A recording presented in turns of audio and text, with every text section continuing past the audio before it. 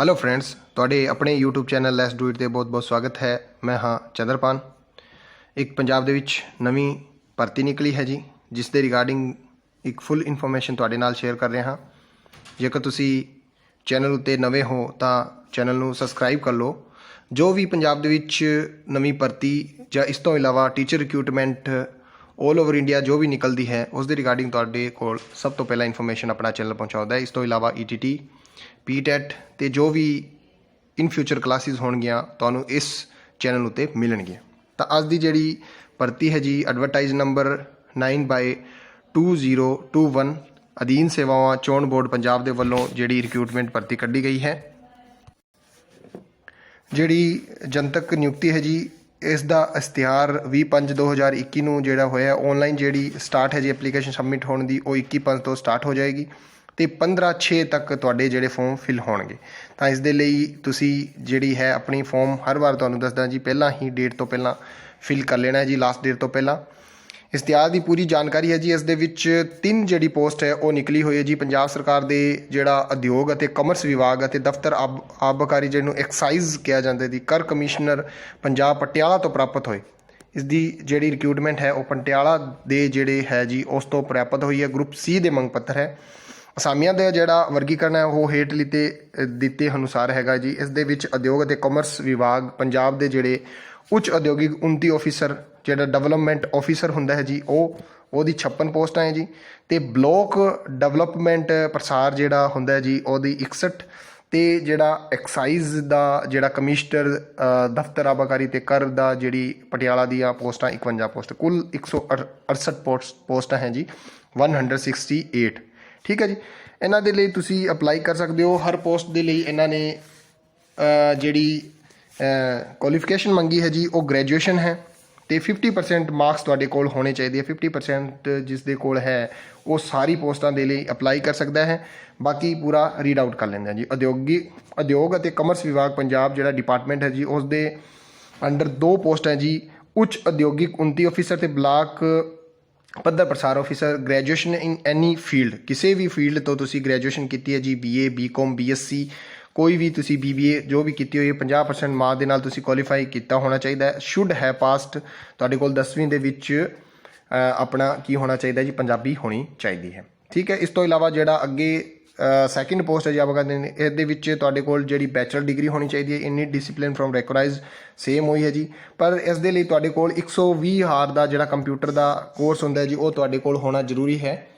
ਕਿਉਂਕਿ ਹਰ ਜਿਹੜੀ ਪੰਜਾਬ ਦੀ ਭਰਤੀ ਆਉਂਦੀ ਹੈ ਉਹਦੇ ਲਈ 120 ਘੰਟਿਆਂ ਦਾ ਜਿਹੜਾ ਇਹ ਕੋਰਸ ਹੈ ਜੀ ਕੰਪਿਊਟਰ ਵਾਲਾ, ਇਹ ਤੁਹਾਡੇ ਕੋਲ ਹੋਣਾ ਚਾਹੀਦਾ ਹੈ। ਇਹ ਲਗਭਗ ਜਿਹੜੀ ਪਟਵਾਰੀ ਦੀ ਭਰਤੀ ਆਈ ਸੀ, ਇਸ ਤੋਂ ਇਲਾਵਾ ਹੋਰ ਜੋ ਵੀ ਭਰਤੀ ਆਉਂਦੀ ਹੈ, ਉਸ ਦੇ ਵਿੱਚ ਇਹ ਜਿਹੜੀ 120 ਘੰਟਿਆਂ ਦਾ ਜਿਹੜਾ ਕੋਰਸ ਹੈ ਉਹ ਮੰਗਦੇ ਹੈ ਜੀ। ਇਹ ਤੁਹਾਡੇ ਕੋਲ ਜਿਹੜਾ ਐਕਸਾਈਜ਼ ਆਫਿਸਰ ਵਾਲੀ ਪੋਸਟ ਹੈ ਉਸ ਦੇ ਲਈ 120 ਹਾਰ ਦਾ ਹੋਣਾ ਚਾਹੀਦਾ ਹੈ। ਅਤੇ ਨਾਲੇ ਪੰਜਾਬੀ ਤੁਹਾਡੀ 10ਵੀਂ ਤੱਕ ਕੀਤੀ ਹੋਣੀ ਚਾਹੀਦੀ ਹੈ। ਗ੍ਰੈਜੂਏਸ਼ਨ ਤੁਹਾਡੀ ਕੰਪਲੀਟ ਹੋਣੀ ਚਾਹੀਦੀ ਹੈ ਜੀ। ਠੀਕ ਹੈ। ਇਸ ਦੇ ਵਿੱਚ 50% ਮਾਰਕਸ ਹੋਣੇ ਚਾਹੀਦੇ ਆ ਤੁਹਾਡੇ ਕੋਲ। ਅਤੇ ਜਿਹੜੀ ਦੂਜੀ ਪੋਸਟ ਹੈ ਜੀ, ਉਹਦੇ ਲਈ ਤੁਹਾਡੇ ਕੋਲ ਸਿਰਫ ਗ੍ਰੈਜੂਏਸ਼ਨ ਹੋਣੀ ਚਾਹੀਦੀ ਹੈ। ਉਹਦੇ ਵਿੱਚ 50% ਵਾਲਾ ਕੋਟਾ ਜਿਹੜੀ ਮਿਨੀਮਮ ਜਿਹੜੇ ਪਰਸੈਂਟੇਜ ਹੈ ਉਹ ਨਹੀਂ ਰੱਖੇ ਹੋਏ। ਯਾਨੀ ਇੱਕ ਪੋਸਟ ਦੇ ਲਈ ਤੁਹਾਡੇ ਕੋਲ 50% ਮਾਰਕ ਹੋਣੇ ਚਾਹੀਦੇ। ਦੂਜੀ ਪੋਸਟ ਹੈ ਉਹਦੇ ਲਈ ਤੁਹਾਡਾ ਗ੍ਰੈਜੂਏਸ਼ਨ ਚੱਲ ਜਾਏਗਾ। ਠੀਕ ਹੈ। ਬਾਕੀ ਨਿਯਮ ਹੈ ਜੀ ਉਸੇ ਹਿਸਾਬ ਨਾਲ ਰਹਿਣਗੇ। ਹਰ ਵਾਰ ਮੈਂ ਤੁਹਾਨੂੰ ਦੱਸਦਾ ਜੀ, ਆਪਣੀ ਕੈਟਾਗਰੀ ਨੂੰ ਤੁਸੀਂ ਧਿਆਨ ਨਾਲ ਪੜ੍ਹਨਾ ਹੈ।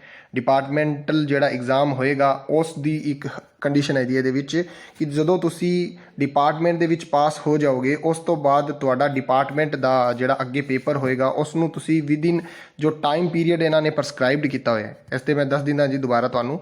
ਇੱਥੇ ਇਹਨਾਂ ਨੇ ਲਿਖਿਆ ਹੋਇਆ ਕਿ ਡਿਪਾਰਟਮੈਂਟ ਦਾ ਜਿਹੜਾ ਐਗਜ਼ਾਮ ਹੈ ਉਹ ਅਪੋਇੰਟਮੈਂਟ ਹੋਣ ਤੋਂ ਬਾਅਦ ਉਸਦੀ ਜਿਹੜੀ ਰਿਕਰੂਟਮੈਂਟ ਹੋਏਗੀ ਉਹਦਾ ਐਗਜ਼ਾਮ ਹੋਏਗਾ ਜੀ। ਉਸ ਤੋਂ ਬਾਅਦ ਤੁਹਾਨੂੰ ਉਸ ਪੋਸਟ ਦੇ ਉੱਤੇ ਰੱਖਿਆ ਜਾਏਗਾ। ਪਹਿਲਾਂ ਤਾਂ ਇੱਕ ਆਪਣਾ ਐਗਜ਼ਾਮ ਹੁੰਦਾ ਹੀ ਹੈ ਜੀ। ਉਸ ਤੋਂ ਇਲਾਵਾ ਜਿਹੜਾ ਐਕਸਪੀਰੀਅੰਸ ਬੇਸਿਸ ਦੇ ਉੱਤੇ ਤੁਹਾਡਾ ਜਾ ਕੇ ਫਿਰ ਐਗਜ਼ਾਮ ਹੁੰਦਾ ਹੈ। ਤੁਹਾਨੂੰ ਪਤਾ ਹੀ ਹੋਏਗਾ, ਜਿਵੇਂ ਪਟਵਾਰੀ ਦੀ ਭਰਤੀ ਹੁੰਦੀ ਹੈ ਜੀ, ਪਟਵਾਰੀ ਦਾ ਪਹਿਲਾਂ ਐਗਜ਼ਾਮ ਹੁੰਦਾ ਹੈ, ਤੁਸੀਂ ਭਰਤੀ ਹੋ ਜਾਂਦੇ ਹੋ। ਉਸ ਤੋਂ ਬਾਅਦ ਫਿਰ ਪਟਵਾਰੀ ਦੇ ਜਿਹੜੇ ਮਾਲ ਪਟਵਾਰੀ ਹੈ ਚਾਹੇ ਨਹਿਰੀ ਪਟਵਾਰੀ ਹੈ ਜੀ, ਉਹਨਾਂ ਦੇ ਅੱਗੇ ਜਾ ਕੇ ਡਿਪਾਰਟਮੈਂਟ ਫਿਰ ਐਗਜ਼ਾਮ ਲੈਂਦਾ ਹੈ ਜੀ। ਉਹ ਅਲੱਗ-ਅਲੱਗ ਪ੍ਰਕਾਰ ਦੇ ਹੁੰਦੇ। ਉਸੇ ਤਰੀਕੇ ਦੇ ਨਾਲ ਜਿਹੜਾ ਐਕਸਾਈਜ਼ ਦੇ ਵਿੱਚ ਵੀ ਤੁਹਾਡੇ ਐਗਜ਼ਾਮ ਹੋਣਗੇ। ਠੀਕ ਹੈ। ਬਾਕੀ ਮੈਂ ਪੜ੍ਹ ਕੇ ਤੁਹਾਨੂੰ ਦੱਸ ਦਿੰਦਾ। A person appoint to the service either by way of direct recruitment or otherwise shall have pass the department exams examination and proficiency in computer skills with in a period of 1 year. ਇੱਥੇ ਲਿਖਿਆ ਹੋਇਆ ਜੀ 1 ਸਾਲ ਦੇ ਵਿੱਚ ਤੁਹਾਨੂੰ ਇਹ ਆਪਣਾ ਸਾਰਾ ਜਿਹੜਾ ਡਿਪਾਰਟਮੈਂਟ ਦਾ ਐਗਜ਼ਾਮ ਹੋਏਗਾ, 1 ਸਾਲ ਦੇ ਵਿੱਚ ਤੁਹਾਨੂੰ ਕੰਪਿਊਟਰ ਸਕਿੱਲ ਤੇ ਜਿਹੜਾ ਤੁਹਾਡਾ ਡਿਪਾਰਟਮੈਂਟ ਦਾ ਜੋ ਵੀ ਐਗਜ਼ਾਮ ਹੋਏਗਾ ਉਸ ਨੂੰ ਤੁਸੀਂ ਪਾਸ ਕਰਨਾ ਹੋਏਗਾ। Has in title appointment in the accordance with the syllabi and guidance as the specified for the time to time by the government and to the conduct by the director or any other authority empowered by the government in this behalf in the addition to fulfillment to requires qualification and experience however till a member of service passes ਇਹ ਸਾਰਾ ਕੁਝ ਦੱਸਿਆ ਹੋਇਆ ਜੀ। ਇਸ ਦੇ ਉੱਤੇ ਤੁਹਾਡਾ ਜਿਹੜਾ ਸਿਸਟਮ ਰਹੇਗਾ, ਤੁਹਾਡੀ ਪੋਸਟ ਹੈ ਜਿਹੜੀ ਉਹ ਰਹੇਗੀ, ਜੋ ਵੀ ਤੁਹਾਡਾ ਜਿਹੜਾ ਪੇਪਰ ਹੋਣ ਤੋਂ ਬਾਅਦ ਤੁਹਾਡਾ ਡਿਪਾਰਟਮੈਂਟ ਦਾ ਪੇਪਰ ਹੋਰ ਹੋਏਗਾ, ਇਹ ਇੱਥੇ ਕਹਿਣਾ ਚਾਹੁੰਦੇ ਜੀ। ਠੀਕ ਹੈ, ਇਹ ਅਸਾਮੀਆਂ ਦਾ ਵਰਗੀਕਰਨ ਦਿੱਤਾ ਹੋਇਆ, ਕਿੰਨੀ ਅਸਾਮੀ ਕਿਸ ਦੇ ਲਈ ਹੈ ਜੀ। ਜਨਰਲ ਦੇ ਵਿੱਚ ਜਿਵੇਂ ਦਿੱਤੀ ਹੋਈ ਹੈ ਇਹਨਾਂ ਨੇ, ਵੂਮੈਨ ਦਾ ਅਲੱਗ ਤੋਂ ਕੋਟਾ ਹੈ ਉਹ ਦਿੱਤਾ ਹੋਇਆ ਜੀ। ਸਾਰਾ ਕੁਝ ਇਹ ਤੁਸੀਂ ਇੱਕ ਵਾਰ ਜ਼ਰੂਰ ਰੀਡ ਆਊਟ ਕਰ ਲੈਣਾ ਤੇ ਕਿਸ ਦੀ ਕਿੰਨੀ ਪੋਸਟਾਂ ਹੈ। ਠੀਕ ਹੈ, ਆਪਣੀ ਕੈਟਾਗਰੀ ਦਾ ਤੁਸੀਂ ਬਹੁਤ ਹੀ ਚੰਗੇ ਤਰੀਕੇ ਨਾਲ ਸਹੀ ਫਾਰਮ ਫਿਲ ਕਰਨਾ ਹੈ ਜੀ। ਠੀਕ ਹੈ, ਹਾਂ ਇੱਕ ਪ੍ਰੈਫਰੈਂਸ ਦਾ ਧਿਆਨ ਰੱਖਣਾ ਜੀ। ਉਹਨਾਂ ਨੇ ਕਿਹਾ ਪ੍ਰੈਫਰੈਂਸ ਕਿਸ ਹਿਸਾਬ ਨਾਲ ਦੇਣੀ ਹੈ ਤੁਸੀਂ ਪੋਸਟ ਨੂੰ, ਇਹ ਤੁਸੀਂ ਜ਼ਰੂਰ ਧਿਆਨ ਰੱਖਣਾ ਹੈ। ਇਸ ਦਾ ਮੈਂ ਰੀਡ ਆਊਟ ਕਰ ਦਿੰਦਾ ਜੀ। ਉਮੀਦਵਾਰ ਸਿਰਫ ਉਹਨਾਂ ਅਸਾਮੀਆਂ ਲਈ ਹੀ ਅਪਲਾਈ ਕਰਨ ਜੇਕਰ, ਦੇਖੋ ਜੀ ਇੱਥੇ ਗੱਲ ਇਹ ਹੈ, ਤੁਸੀਂ 3 ਪੋਸਟਾਂ ਦੇ ਲਈ ਪ੍ਰੈਫਰੈਂਸ ਦੇ ਸਕਦੇ ਹੋ। ਕਿਵੇਂ? ਜੇਕਰ ਤੁਹਾਡੇ ਕੋਲ 50% ਮਾਰਕਸ ਹੈ ਪਲੱਸ ਤੁਹਾਡੇ ਕੋਲ ਕੀ ਹੈ ਜੀ 120 ਆਰ ਦਾ ਡਿਪਲੋਮ ਉਹ ਜਿਹੜਾ ਕੋਰਸ ਕੀਤਾ ਹੋਇਆ ਹੈ ਪਲੱਸ 10ਵੀਂ ਦੇ ਵਿੱਚ ਪੰਜਾਬੀ, ਇਹ ਤਾਂ ਦੋਨਾਂ ਦੇ ਲਈ ਜ਼ਰੂਰੀ ਹੈ। ਜੇਕਰ ਇਹ ਸਾਰੀ ਚੀਜ਼ ਹੈ ਤਾਂ ਤੁਸੀਂ 3 ਪੋਸਟਾਂ ਦੇ ਲਈ ਐਲੀਜੀਬਲ ਹੋ। ਕਿਉਂਕਿ ਜਿਹੜੀ ਦੂਜੀ ਪੋਸਟ ਹੈ ਜੀ, ਜਿਹੜੀ ਐਕਸਾਈਜ਼ ਆਫੀਸਰ ਵਾਲੀ ਪੋਸਟ ਹੈ, ਉਹਦੇ ਲਈ 50% ਵਾਲਾ ਨਾ ਮੰਗ ਕੇ ਉਹਨਾਂ ਨੇ ਸਿੱਧਾ ਪਾਸ ਮੰਗਿਆ। ਤਾਂ 50% ਵਾਲਾ ਤਾਂ ਤੁਸੀਂ ਡਿਵੈਲਪਮੈਂਟ ਆਫੀਸਰ ਵਾਲੀ ਤੇ ਦੂਜੀ ਜਿਹੜੀ ਪੋਸਟ ਬਲੋਕ ਵਾਲੀ ਹੈ ਉਹ ਦੋਨੋਂ ਫਿਲ ਕਰ ਸਕਦੇ ਹੋ। ਤਾਂ ਪ੍ਰੈਫਰੈਂਸ ਤੁਸੀਂ ਇਸ ਹਿਸਾਬ ਨਾਲ ਦੇਣੀ। ਇਸ ਦੇ ਵਿੱਚ ਪ੍ਰੈਫਰੈਂਸ ਦੇਣੀ ਹੈ ਜੀ, ਤੁਸੀਂ ਤਵੱਜੋ ਦੇਣੀ ਹੈ। ਸਿੱਧੀ ਜੀ ਗੱਲ ਹੈ, ਤੁਸੀਂ ਕਿਸ ਚੀਜ਼ ਨੂੰ ਪਹਿਲਾਂ ਪ੍ਰੈਫਰ ਕਰਦੇ ਹੋ। ਠੀਕ ਹੈ, ਉਮੀਦਵਾਰ ਸਿਰਫ ਉਹਨਾਂ ਅਸਾਮੀਆਂ ਲਈ ਹੀ ਅਪਲਾਈ ਕਰਨ ਜਿਨ੍ਹਾਂ ਪ੍ਰੈਫਰੈਂਸ ਦੇਣ ਜਿਨ੍ਹਾਂ ਅਸਾਮੀਆਂ ਲਈ ਉਹ ਯੋਗ ਹਨ। ਜੇਕਰ ਕਿਸੇ ਉਮੀਦਵਾਰ ਵੱਲੋਂ ਅਪਲਾਈ ਕੀਤੀ ਜਾਂ ਉਸ ਵੱਲੋਂ ਪ੍ਰੈਫਰੈਂਸ ਦਿੱਤੀ ਗਈ ਅਸਾਮੀ ਸੰਬੰਧੀ ਵਿਦਿਅਕ ਯੋਗਤਾ ਤਕਨੀਕੀ ਯੋਗਤਾ ਜੇਕਰ ਉਸ ਦੇ ਕੋਲ ਨਹੀਂ ਹੈ ਤਾਂ ਉਸ ਉਮੀਦਵਾਰ ਨੂੰ ਅਪਲਾਈ ਕੀਤੇ ਹੋਏ ਅਸਾਮੀ ਦੇ ਲਈ ਅਯੋਗ ਕਰ ਦਿੱਤਾ ਜਾਏਗਾ। ਇੱਥੇ ਮੈਂ ਥੋੜੀ ਜਿਹੀ ਗੱਲ, ਕਿਉਂਕਿ ਵੀਡੀਓ ਲੰਬਾ ਜ਼ਰੂਰ ਹੋ ਜਾਂਦਾ ਜੀ, ਪਰ ਜਿਹੜੀ ਗੱਲ ਹੈ ਉਹ ਸਮਝਣੀ ਪੈਂਦੀ ਹੈ। ਇੱਥੇ ਮੈਂ ਸਮਝਾ ਦਿੰਦਾ, ਜੇਕਰ ਕਿਸੇ ਦੇ 50% ਮਾਰਕਸ ਨਹੀਂ ਹੈ, ਉਹਨੇ ਜੇਕਰ ਉਤਲੀ ਦੋਵੇਂ ਪੋਸਟਾਂ ਡਿਵੈਲਪਮੈਂਟ ਵਾਲੀ ਭਰਤੀਆਂ ਤਾਂ ਉਹਦੀ ਐਲੀਜੀਬਿਲਿਟੀ ਖਤਮ ਹੋ ਜਾਏਗੀ ਤੇ ਸਿਰਫ ਉਸ ਨੂੰ ਜਿਹੜਾ ਐਕਸਾਈਜ਼ ਵਾਲੀ ਹੀ ਵਿਚਾਰਿਆ ਜਾਏਗਾ ਤੇ ਇਸ ਦੇ ਕਾਰਨ ਉਹ ਆਪਣੀ ਪਹਿਲਾਂ ਸਾਰੀ ਐਲੀਜੀਬਿਲਿਟੀ ਚੈੱਕ ਕਰ ਲੈਣ। ਠੀਕ ਹੈ, ਉਮੀਦਵਾਰ ਨੂੰ ਹਦਾਇਤ ਕੀਤੀ ਜਾਂਦੀ ਹੈ ਕਿ ਉੱਪਰ ਸਰਾਣੀ ਅਸਾਮੀਆਂ ਜਿਹੜੀ ਸ਼੍ਰੇਣੀ ਦੇ ਵਿੱਚ ਅਸਾਮੀਆਂ ਜਿਹੜੀ ਦਿੱਤੀ ਗਈ ਹੈ ਉਸ ਦੇ ਹਿਸਾਬ ਨਾਲ ਉਹ ਆਪਣੀ ਕੈਟਾਗਰੀ ਵਾਈਜ਼ ਜਿਹੜੀ ਵੰਡ ਕੀਤੀ ਹੈ ਉਸ ਦੇ ਹਿਸਾਬ ਨਾਲ ਉਹਨਾਂ ਨੂੰ ਪ੍ਰੈਫਰੈਂਸ ਮਿਲਦੀ ਜਾਏਗੀ। ਠੀਕ ਹੈ ਜੀ, ਪ੍ਰੈਫਰੈਂਸ ਨੂੰ ਕਿਸੇ ਵੀ ਹਾਲਤ ਵਿੱਚ ਨਹੀਂ ਬਦਲਿਆ ਜਾਏਗਾ। ਉਮੀਦਵਾਰ ਦਾ ਜਿਹੜਾ ਮੈਰਿਟ ਅਤੇ ਪ੍ਰੈਫਰੈਂਸ ਅਨੁਸਾਰ ਉਸ ਨੂੰ ਮਿਲੀ ਅਸਾਮੀ ਤੋਂ ਬਾਅਦ ਰਹਿੰਦੀ ਅਸਾਮੀਆਂ ਉੱਤੇ ਕੋਈ ਕਲੇਮ ਨਹੀਂ ਹੋਏ। ਬਿਲਕੁਲ ਸਹੀ ਗੱਲ ਹੈ ਜੀ।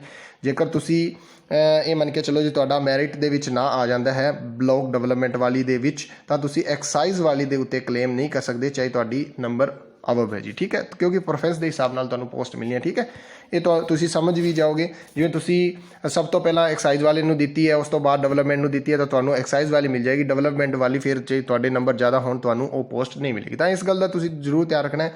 ਸਹੀ ਹਿਸਾਬ ਨਾਲ ਸਹੀ ਜਿਹੜੀ ਪੋਸਟ ਹੈ ਉਸ ਨੂੰ ਚੂਜ਼ ਕਰਨਾ ਹੈ। ਆਪਣੀ ਕੈਟਾਗਰੀ ਕੋਡ ਨੂੰ ਬਿਲਕੁਲ ਸਹੀ ਭਰਨਾ ਹੈ। ਜੇਕਰ ਤੁਸੀਂ BC ਤੋਂ 105 ਹੋਏਗਾ, ਜਨਰਲ 102 ਹੋਏਗਾ, EWS ਵਾਲੀ 102 ਹੋਏਗਾ, ਜਨਰਲ ਵਾਲਿਆਂ ਦੇ ਲਈ 101 ਹੈ ਜੀ। ਇਹ ਤੁਸੀਂ ਬਿਲਕੁਲ ਧਿਆਨ ਨਾਲ ਪੜ੍ਹਨਾ ਹੈ ਜੀ। ਕਿਸੇ ਵੀ ਹਾਲਤ ਵਿੱਚ ਤੁਹਾਡੀ ਕੈਟਾਗਰੀ ਚੇਂਜ ਨਹੀਂ ਹੋਏਗੀ। ਮੈਂ ਬਾਰ-ਬਾਰ ਜੋ ਵੀ ਵੀਡੀਓ ਬਣਾਉਂਦਾ ਉਸ ਦੇ ਵਿੱਚ ਕਹਿੰਦਾ ਜੀ ਕੈਟਾਗਰੀ ਨੂੰ ਤੁਸੀਂ ਬਿਲਕੁਲ ਧਿਆਨ ਨਾਲ ਪੜ੍ਹਨਾ ਹੈ, ਕਿਉਂਕਿ ਇਹ ਕਿਸੇ ਵੀ ਹਾਲਤ ਵਿੱਚ ਨਹੀਂ ਬਦਲੀ ਜਾਏਗੀ। ਤੇ ਸ਼੍ਰੇਣੀ ਕੋਡ ਦਾ ਬਿਲਕੁਲ ਧਿਆਨ ਰੱਖਣਾ ਹੈ। ਤੇ ਸਾਰਾ ਜੋ ਵੀ ਬੈਨੀਫਿਟ ਮਿਲੇਗਾ ਉਹ ਸਿਰਫ ਪੰਜਾਬ ਦੇ ਡੋਮੋਸਾਈਲ ਰੱਖਣ ਵਾਲੇ ਨੂੰ, ਚਾਹੇ ਉਹ ਉਮਰ ਦਾ ਹੋਵੇ, ਫੀਸ ਦਾ ਹੋਵੇ, ਇਸ ਤੋਂ ਇਲਾਵਾ ਤੁਹਾਡਾ ਕੀ ਕਹਿੰਦੇ ਹੈ ਜੀ ਤੁਹਾਡੀ ਰਿਕਰੂਟਮੈਂਟ ਹੋਵੇ ਜਾਂ ਉਸ ਦੇ ਵਿੱਚ ਜੋ ਵੀ ਰਾਖਵਾਂਕਰਨ ਹੋਏਗਾ ਉਹ ਸਿਰਫ ਪੰਜਾਬ ਦੇ ਵਸਨੀਕ ਨੂੰ ਹੀ ਮਿਲੇਗਾ। ਠੀਕ ਹੈ, ਇਹ ਸਾਰੀ ਗੱਲਾਂ ਦਾ ਤੁਸੀਂ ਧਿਆਨ ਰੱਖਣਾ। ਜੇਕਰ ਕੋਈ ਉਮੀਦਵਾਰ ਉਕਤ ਅਸਾਮੀਆਂ ਲਈ ਇਹ ਜੀ ਸ਼੍ਰੇਣੀ ਕੋਡ ਦਾ ਇਸਤੇਮਾਲ ਕਰਦਾ ਜੋ ਨਹੀਂ ਹੈ ਤਾਂ ਉਸ ਨੂੰ ਬਾਹਰ ਕਰ ਦਿੱਤਾ ਜਾਏਗਾ। ਠੀਕ ਹੈ, ਬਾਕੀ ਇੱਕ ਸਰਵਿਸਮੈਨ EWS ਦੇ ਜੋ ਵੀ ਰੂਲਸ ਨੇ ਉਹ ਤੁਸੀਂ ਇੱਕ ਵਾਰ ਰੀਡ ਆਊਟ ਕਰ ਲੈਣੇ, ਪੂਰਾ ਇੱਥੇ ਉਹਨਾਂ ਨੇ ਲਿਖਿਆ ਹੋਇਆ ਜੀ। ਠੀਕ ਹੈ, ਇਸ ਤੋਂ ਇਲਾਵਾ ਪੇ ਸਕੇਲ ਕਿਸ ਤਰੀਕੇ ਦੇ ਨਾਲ ਰਹੇਗਾ ਜੀ। ਜਿਹੜੀ ਪੋਸਟ ਉਦਯੋਗ ਅਤੇ ਕਮਰਸ ਵਿਭਾਗ ਦੇ ਵਿੱਚ ਉੱਚ ਉਦਯੋਗਿਕ ਉੱਨਤੀ ਆਫਿਸਰ ਦੀ ਹੈ ਜੀ, ਉਹਦੀ 35,400 ਰਹੇਗਾ ਜੀ। ਤੇ ਦੂਜੀ ਜਿਹੜੀ ਪੋਸਟ ਹੈ ਉਹਦੇ ਲਈ ਜਿਹੜੀ ਮੁੱਢਲੀ ਤਨਖਾਹ ਹੈ ਇਹਦਾ ਲੈਵਲ 6 ਰਹਿਣਾ ਹੈ ਜੀ। ਤੇ ਦੂਜੀ ਜਿਹੜੀ ਪੋਸਟ ਹੈ ਉਸ ਦੇ ਲਈ ਤੁਹਾਡੀ 35,400, ਦੋਨਾਂ ਦੀ 35,400 ਹੀ ਰਹੇਗੀ। ਇਸ ਦੇ ਵਿੱਚ ਕੋਈ ਚੇਂਜ ਨਹੀਂ ਹੈ, ਸੇਮ ਹੈ ਜੀ। ਉਮਰ ਸੀਮਾ ਤੁਹਾਡੀ 18 ਤੋਂ 37 ਸਾਲ, ਇਹ ਤੁਸੀਂ ਧਿਆਨ ਰੱਖਣਾ ਹੈ। 18 ਤੋਂ ਲੈ ਕੇ 37 ਸਾਲ ਵਾਲਾ ਜਨਰਲ ਵਾਲਾ ਅਪਲਾਈ ਕਰ ਸਕਦਾ ਹੈ। ਪਿਛੜੀ ਸ਼੍ਰੇਣੀ ਦੇ ਵਿੱਚ 42 ਸਾਲ ਦੀ ਉੱਪਰਲੀ ਸੀਮਾ ਰਹੇਗੀ। ਤਾਂ ਇਹ ਤੁਸੀਂ ਆਪਣੀ ਤੁਸੀਂ ਵੇਖ ਲੈਣਾ ਜੀ ਕਿਸ ਨੂੰ ਕਿੰਨੀ ਛੂਟ ਮਿਲਦੀ ਹੈ। ਬਾਕੀ ਫੀਸ ਤੁਹਾਡੀ ਰਹੇਗੀ ਜੀ ਜਿਹੜੇ ਜਨਰਲ ਕੈਟਾਗਰੀ ਤੋਂ ਹੈ ਉਹਨਾਂ ਦੀ 1000 ਰੁਪਏ ਫੀਸ ਰਹੇਗੀ, ਤੇ ਖਿਡਾਰੀ ਫਰੀडम फाइटर ਤੇ ਜਿਹੜੇ ਉਹਨਾਂ ਦੀ ਫੀਸ 1000 ਰੁਪਏ ਹੈ। ਬਾਕੀ SC BC ਤੇ EWS ਦੀ 250 ਰੁਪਏ ਰਹੇਗੀ, ਤੇ ਸਾਬਕਾ ਫੌਜੀਆਂ ਤੇ ਡਿਪੈਂਡੈਂਟ ਉਹਨਾਂ ਦੇ ਹੈ ਜੀ ਉਹਨਾਂ ਦੀ 200 ਰੁਪਏ, ਤੇ ਫਿਜ਼ੀਕਲ ਹੈਂਡੀਕੈਪ ਵਾਲਿਆਂ ਦੀ ਰਹੇਗੀ ਜੀ 500 ਰੁਪਏ। ਉਮੀਦਵਾਰ ਦੁਆਰਾ ਅਦਾ ਕੀਤੀ ਫੀਸ ਕਿਸੇ ਵੀ ਸਥਿਤੀ ਵਿੱਚ ਵਾਪਸ ਨਹੀਂ ਕੀਤੀ ਜਾਏਗੀ। ਇਸ ਦੇ ਲਈ ਬਿਲਕੁਲ ਸਹੀ ਤਰੀਕੇ ਨਾਲ ਤੁਸੀਂ ਆਪਣਾ ਫਾਰਮ ਫਿਲ ਕਰ ਦੇਣਾ ਹੈ ਜੀ, ਠੀਕ ਹੈ। ਹੁਣ ਵੇਖੋ ਜੀ ਜਿਹੜੀ ਚੋਣ ਵਿਧੀ ਹੈ ਉਹ ਕਿਸ ਤਰੀਕੇ ਦੇ ਨਾਲ ਰਹੇਗੀ। ਸੇਮ ਪ੍ਰੋਸੈਸ ਜੀ, ਸੇਮ ਹਰ ਵਾਰ ਤੁਹਾਨੂੰ ਮੈਂ ਦੱਸਦਾ ਉਹ ਹੀ ਹੈ, ਕਿਉਂਕਿ PSSB ਦਾ ਇੱਕ ਸਿੱਧਾ ਜਿਹਾ ਫੰਡਾ ਹੈ ਜੀ। ਉਹਨਾਂ ਨੇ ਪੇਪਰ MCQs ਬੇਸਡ ਕਰਵਾਉਣਾ ਹੁੰਦਾ ਹੈ। ਉਸ ਤੋਂ ਬਾਅਦ ਤੁਹਾਨੂੰ ਜਿਹੜਾ 40% ਮਾਰਕਸ ਤੁਹਾਡੇ ਆਉਣੇ ਜ਼ਰੂਰੀ ਹੈ ਜੀ। ਜੇਕਰ 40% ਮਾਰਕਸ ਤੁਹਾਡੇ ਪੇਪਰ ਦੇ ਵਿੱਚ ਨਹੀਂ ਆਉਂਦੇ, 100 ਦਾ ਪੇਪਰ ਹੋਏਗਾ, ਉਹਦੇ ਵਿੱਚੋਂ 40 ਨੰਬਰ ਨਹੀਂ ਆਉਂਦੇ, ਤਾਂ ਤੁਸੀਂ ਇਸ ਦੇ ਵਿੱਚ ਕੀ ਹੋਏਗਾ ਜੀ, ਤੁਹਾਡਾ ਜਿਹੜਾ ਹੈ ਉਹ ਪਹਿਲੀ ਸਟੇਜ ਤੇ ਹੀ ਤੁਸੀਂ ਬਾਹਰ ਹੋ ਜਾਓਗੇ, ਠੀਕ ਹੈ। ਤਾਂ ਉਹਨਾਂ ਨੇ ਕਿਹਾ ਜੀ ਉਹ ਜਿਹੜੀ ਕਾਮਨ ਮੈਰਿਟ ਬਣੇਗੀ, 40% ਮਾਰਕਸ ਤੁਹਾਡੇ ਹਰ ਇੱਕ ਦੇ, ਜੇ ਕਿਸੇ ਵੀ ਕੈਟਾਗਰੀ ਤੋਂ ਤੁਸੀਂ 40% ਮਾਰਕਸ ਆਉਣੇ ਜ਼ਰੂਰੀ ਹੈ, ਜਨਰਲ BC ਉਹ ਤੁਹਾਡਾ EWS ਸਭ ਦੇ, ਠੀਕ ਹੈ। ਤੇ ਉਹਨਾਂ ਨੇ ਕਿਹਾ ਜੀ ਕੋਵਿਡ ਦੇ ਕਾਰਨ ਹੋ ਸਕਦਾ ਹੈ ਵੱਖ-ਵੱਖ ਸ਼ਿਫਟਾਂ ਦੇ ਵਿੱਚ ਪੇਪਰ ਹੋਵੇ, ਇਸ ਦੇ ਲਈ ਨੋਰਮਲਾਈਜੇਸ਼ਨ, ਇਹ ਨੋਰਮਲਾਈਜੇਸ਼ਨ ਦਾ ਫਾਰਮੂਲਾ ਹੈ ਜੀ। ਇਹ ਕਈ ਵਾਰ ਮਤਲਬ ਸ਼ਿਫਟ ਕਈ ਆ ਜਾਂਦੀ ਹੈ ਜੀ ਸੌਖੀਆਂ, ਕਈ ਔਖੀਆਂ, ਤਾਂ ਉਸ ਨੂੰ ਨੋਰਮਲਾਈਜੇਸ਼ਨ ਕਰ ਦਿੱਤਾ ਜਾਂਦਾ ਜੀ, ਐਵਰੇਜ ਕਰ ਲਈ ਜਾਂਦੀ ਹੈ ਤੇ ਉਸ ਹਿਸਾਬ ਨਾਲ ਮਾਰਕਸ ਬਣਦੇ ਆ। ਇਹ ਬੜਾ ਹੀ ਇੰਪੋਰਟੈਂਟ ਹੋ ਜਾਂਦਾ ਜੀ ਕਈ ਵਾਰ, ਕਿਉਂਕਿ ਜਿਹੜੇ ਸੈਂਟਰਲ ਗਵਰਨਮੈਂਟ ਦੇ ਐਗਜ਼ਾਮ ਹੈ ਉਸ ਦੇ ਵਿੱਚ ਨੋਰਮਲਾਈਜੇਸ਼ਨ ਦਾ ਜਿਹੜਾ ਹੈ ਇਹ ਮਤਲਬ ਚੱਲਦਾ ਰਹਿੰਦਾ ਜੀ ਪ੍ਰੋਸੈਸ, ਠੀਕ ਹੈ। ਇਸ ਗੱਲ ਦਾ ਤੁਸੀਂ ਜ਼ਰੂਰ ਧਿਆਨ ਰੱਖਣਾ ਹੈ। ਲਿਖਤੀ ਪੇਪਰ ਹੈ ਜੀ, ਉਸ ਦੀ ਮੈਰਿਟ ਕਿਸ ਹਿਸਾਬ ਨਾਲ ਰਹੇਗੀ। ਕੈਂਡੀਡੇਟ 3 ਗੁਣਾ ਬੁਲਾਏ ਜਾਣਗੇ। ਸਿਲੇਬਸ ਹੁਣ ਤੱਕ ਦੱਸਿਆ ਨਹੀਂ ਜੀ, ਜੋ ਵੀ ਸਿਲੇਬਸ ਹੋਏਗਾ ਤੁਹਾਡੇ ਨਾਲ ਡਿਸਕਸ ਕਰ ਦਿੱਤਾ ਜਾਏਗਾ। ਜੇਕਰ ਬਰਾਬਰ ਮੈਰਿਟ ਰਹਿੰਦੀ ਹੈ ਤਾਂ ਸਭ ਤੋਂ ਪਹਿਲਾਂ ਡੇਟ ਆਫ ਬਰਥ, ਉਸ ਤੋਂ ਬਾਅਦ ਤੁਹਾਡੀ ਜਿਹੜੀ ਕੀ ਕਹਿੰਦੇ ਆ ਜੀ ਮੈਰਿਟ, ਜਿਹੜੀ ਉੱਚ ਵਿਦਿਅਕ ਯੋਗਤਾ ਉਸ ਦੇ ਹਿਸਾਬ ਨਾਲ, ਤੇ ਉਸ ਹਿਸਾਬ ਨਾਲ ਤੁਹਾਡੀ ਮੈਰਿਟ ਬਣਾਈ ਜਾਏਗੀ। MCQs ਤੁਹਾਡਾ ਪੇਪਰ ਹੋਏਗਾ, ਠੀਕ ਹੈ ਜੀ। ਇਸ ਗੱਲ ਦਾ ਤੁਸੀਂ ਧਿਆਨ ਰੱਖਣਾ ਹੈ। ਤੇ ਐਡਮਿਟ ਕਾਰਡ ਵਗੈਰਾ ਸਾਰੇ ਤੁਹਾਨੂੰ ਵੈਬਸਾਈਟ ਉੱਤੇ ਮਿਲਣਗੇ। ਤੁਸੀਂ ਆਪਣੀ ਜਿਹੜਾ ਹੈ ਇਹ ਅਪਲਾਈ ਕਰ ਦੇਣਾ ਹੈ, ਤੇ ਮੋਬਾਈਲ ਨੰਬਰ ਤੁਹਾਡਾ ਜਿਹੜਾ ਹੈ ਉਸ ਨੂੰ ਤੁਸੀਂ ਕਰ ਦੇਣਾ, ਉਸ ਉੱਤੇ ਹੀ ਸਾਰੀ ਇਨਫੋਰਮੇਸ਼ਨ ਆਏਗੀ। ਯੂਜ਼ਰ ਨੇਮ ਤੇ ਪਾਸਵਰਡ ਦਾ ਤੁਸੀਂ ਧਿਆਨ ਰੱਖਣਾ ਹੈ, ਕਿਉਂਕਿ PSSB ਦੇ ਵਿੱਚ ਸੇਮ ਫੰਡਾ ਰਹਿੰਦਾ। ਤੁਹਾਨੂੰ ਜਿਹੜਾ ਤੁਹਾਡੀ ਡੇਟ ਆਫ ਬਰਥ ਹੁੰਦੀ ਹੈ ਉਹ ਤੁਹਾਡਾ ਪਾਸਵਰਡ ਹੁੰਦਾ ਹੈ, ਤੇ ਇੱਕ ਤੁਹਾਨੂੰ ਰਜਿਸਟ੍ਰੇਸ਼ਨ ਨੰਬਰ ਮਿਲ ਜਾਂਦਾ ਹੈ। ਤਾਂ ਇਸ ਹਿਸਾਬ ਨਾਲ ਤੁਸੀਂ ਅਪਲਾਈ ਕਰ ਦੇਣਾ ਹੈ ਜੀ। ਤੇ ਫੀ ਤੁਸੀਂ ਪੇਮੈਂਟ ਜ਼ਰੂਰ ਕਰ ਦੇਣੀ ਹੈ। ਜੇਕਰ ਤੁਹਾਡੀ ਫੀਸ ਨਹੀਂ ਹੁੰਦੀ, ਕਿਉਂਕਿ ਇਸ ਦੇ ਵਿੱਚ ਆਨਲਾਈਨ ਆਫਲਾਈਨ ਦੋਵੇਂ ਮੋਡ ਨਾਲ ਤੁਸੀਂ ਕਰ ਸਕਦੇ ਹੋ। ਤੁਸੀਂ ਆਪਣੀ fees debit card, credit card, ਰੁਪਏ ਜੋ ਵੀ ਤੁਹਾਡੇ ਕੋਲ ਫੋਨਪੇ, ਗੂਗਲ ਪੇ ਹੈ ਉਸ ਤੋਂ ਤੁਸੀਂ ਕਰ ਸਕਦੇ ਹੋ। ਬਾਕੀ ਸਟੇਟ ਬੈਂਕ ਆਫ ਇੰਡੀਆ ਦੇ ਤੁਸੀਂ ਚਲਾਨ ਰਾਹੀਂ ਵੀ ਕਰ ਸਕਦੇ ਹੋ। 18/6/2021 ਤੁਹਾਡੀ ਲਾਸਟ ਹੋਏਗੀ ਜੀ ਜਮ੍ਹਾਂ ਕਰਾਉਣ ਦੀ। ਇਸ ਤੋਂ ਇਲਾਵਾ ਇਹਨਾਂ ਨੇ ਇਹ ਵੀ ਗੱਲ ਕਹੀ ਕਿ ਉਮੀਦਵਾਰ ਕਿਸ ਆਧਾਰ ਦੇ ਉੱਤੇ ਬਾਹਰ ਹੋ ਸਕਦਾ ਹੈ ਜੀ। ਇੱਕ ਵਾਰ ਮੈਂ ਫੇਰ ਦੱਸ ਦਿੰਦਾ, ਜੇਕਰ ਤੁਸੀਂ ਫੀਸ ਪੇਮੈਂਟ ਨਹੀਂ ਕਰਦੇ, ਤੁਹਾਡਾ ਜਿਹੜਾ ਫਾਰਮ ਹੈ ਜੀ ਉਹ ਅਧੂਰਾ ਹੈ, ਜਾਂ ਤੁਸੀਂ ਜੋ ਵੀ ਸੰਸਥਾ ਨੇ ਤੁਹਾਨੂੰ ਉਹ ਕਿਹਾ ਜੀ ਵੀ ਇਸ ਹਿਸਾਬ ਨਾਲ ਤੁਸੀਂ ਇਹ ਤੁਹਾਡੇ ਕੋਲ ਐਜੂਕੇਸ਼ਨ ਕੁਆਲੀਫਿਕੇਸ਼ਨ ਹੋਣੀ ਚਾਹੀਦੀ, ਉਹ ਤੁਸੀਂ ਪੂਰੀ ਨਹੀਂ ਕਰਦੇ, ਆਨਲਾਈਨ ਤੁਸੀਂ ਜਿਹੜੀ ਪ੍ਰਕਿਰਿਆ ਉਸ ਨੂੰ ਫੋਲੋ ਨਹੀਂ ਕਰਦੇ, ਤੇ ਸਭ ਤੋਂ ਇੰਪੋਰਟੈਂਟ ਗੱਲ ਹੈ ਜੀ ਜੇਕਰ ਤੁਹਾਡੇ 40% ਮਾਰਕਸ ਨਹੀਂ ਆਉਂਦੇ ਤਾਂ ਤੁਸੀਂ ਇਸ ਜਿਹੜੀ ਭਰਤੀ ਹੈ ਉਹਦੇ ਵਿੱਚੋਂ ਬਾਹਰ ਹੋ ਜਾਓਗੇ, ਠੀਕ ਹੈ। ਸਿਲੇਬਸ ਜਿਵੇਂ ਹੀ ਆਏਗਾ ਤੁਹਾਡੇ ਨਾਲ ਡਿਸਕਸ ਕਰ ਲਿਆ ਜਾਏਗਾ। ਬਾਕੀ ਪੰਜਾਬ ਦੇ ਵਿੱਚ ਜਿਹੜੀ ਪੰਜਾਬ ਪੁਲਿਸ ਦੇ ਵਿੱਚ ਮੈਟਰ ਦੀ ਪੋਸਟਾਂ ਨਿਕਲੀ ਹੋਈ ਹੈ, ਉਹ ਵੀ ਉਸ ਦਾ ਵੀ ਵੀਡੀਓ ਬਣਿਆ ਹੋਇਆ ਹੈ। ਕੋਆਪਰੇਟਿਵ ਬੈਂਕ ਦੀ ਜਿਹੜੀ ਪੋਸਟਾਂ ਨਿਕਲੀ ਹੋਈ ਸੀ ਉਸ ਦੀ ਡੇਟ ਹੈ ਜਿਹੜੀ ਉਹ ਇਨਕਰੀਜ਼ ਕਰ ਦਿੱਤੀ ਗਈ ਹੈ ਜੀ। ਤਾਂ ਤੁਸੀਂ ਇਹ ਸਾਰੀ ਪੋਸਟਾਂ ਫਿਲਅਪ ਕਰ ਸਕਦੇ ਹੋ। PSSB ਦੀ 2 ਪੋਸਟਾਂ ਹੁਣ ਚੱਲ ਰਹੀ ਹੈ ਜੀ, ਪੰਜਾਬ ਦੀ ਜਿਹੜੀ ਵਾਰਡਰ ਵਾਲੀ ਪੋਸਟਾਂ ਹੈ ਉਹ, ਤੇ ਇੱਕ ਇਹ ਨਵੀਂ ਭਰਤੀ ਆਈ ਹੈ, ਠੀਕ ਹੈ ਜੀ। ਵੀਡੀਓ ਕਿੱਦਾਂ ਲੱਗਿਆ ਜ਼ਰੂਰ ਦੱਸਣਾ ਜੀ। ਲਾਈਕ, ਸ਼ੇਅਰ ਤੇ ਚੈਨਲ ਨੂੰ ਸਬਸਕ੍ਰਾਈਬ ਜ਼ਰੂਰ ਕਰ ਲੈਣਾ। Have A nice day, thank you very much. ਜੇਕਰ ਕੋਈ ਡਾਊਟ ਰਹਿੰਦਾ ਹੈ ਤਾਂ ਤੁਸੀਂ ਟੈਲੀਗ੍ਰਾਮ ਗਰੁੱਪ ਨੂੰ ਜੁਆਇਨ ਕਰ ਲਓ, ਉੱਥੇ ਵੀ ਤੁਹਾਨੂੰ ਇਹ ਸਾਰੀ ਇਨਫੋਰਮੇਸ਼ਨ ਮਿਲ ਜਾਏਗੀ, ਤੇ YouTube ਚੈਨਲ ਨੂੰ ਵੀ ਸਬਸਕ੍ਰਾਈਬ ਲਓ। Thank you very much.